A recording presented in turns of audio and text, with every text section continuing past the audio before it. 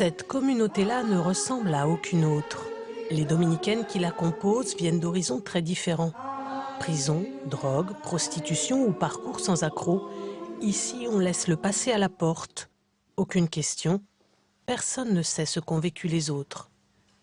Nous nous entraidons sans savoir finalement exactement où nous mettons les pieds, mais nous faisons un chemin ensemble qui est basé, oui, sur la discrétion et sur la miséricorde.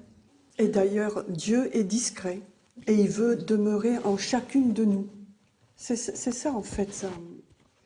C'est ce qu'il veut faire, quel que soit le passé. L'intuition de cette communauté unique, basée sur une vie fraternelle et de prière intense, c'est un dominicain qui l'a eue. Jean-Joseph Lataste, au XIXe siècle. Envoyé prêcher une retraite à la prison de Cadillac, près de Bordeaux, il est bouleversé par la foi de ces femmes, parias de la société, qu'il considère comme ses sœurs.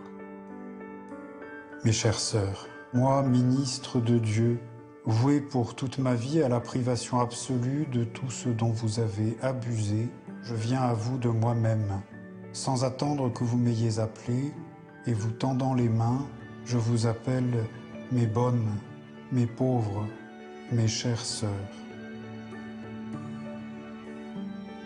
C'est l'histoire de cet homme qui ose regarder ces femmes comme des sœurs et jusqu'au bout de ce que ça va impliquer. Et il s'est dit, mais si ces femmes ont reçu le pardon de Dieu en venant se confesser, pourquoi leur refuser la communion? Et si on leur donne la communion, pourquoi leur refuser l'accès à la vie religieuse si elles le demandent?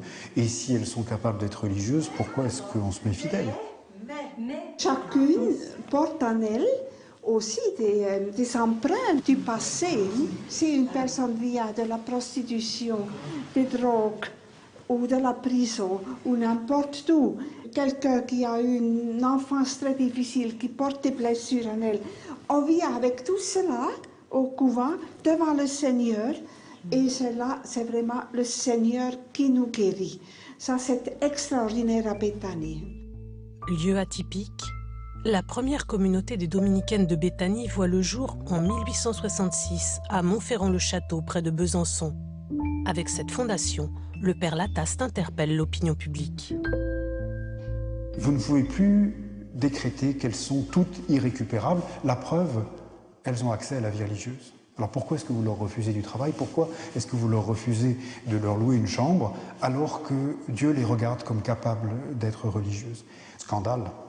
C'était absolument scandaleux. Comment peut-on donner la blanche livrée de Saint-Dominique à des filles perdues? Très vite, les sœurs de Béthanie vont à leur tour visiter les détenus. Pendant 6 ans, sœur Marie-Christelle est allée à Fleury-Mérogis avec un seul message. Les conforter dans l'amitié avec Dieu. Leur dire que quoi qu'il se soit passé pour eux, ce Dieu, il ne va pas les laisser tomber, au contraire, il les aime. Et il reste proche d'eux en eux. Le père Lataste a été béatifié l'année dernière. Autour de sa tombe, des autoportraits de sœurs de Béthanie, mais aussi de détenus américains qui, grâce à lui, ont fondé une fraternité dominicaine en prison. Aujourd'hui, le problème de fond reste le même. Et donc, le père Lataste, il est vraiment là pour dire et redire aujourd'hui, regardez-vous au présent. Regardez ce que les gens sont et non pas ce qu'ils ont été, et regardez-les comme capables de faire du bien. C'est le meilleur moyen qu'ils fassent du bien.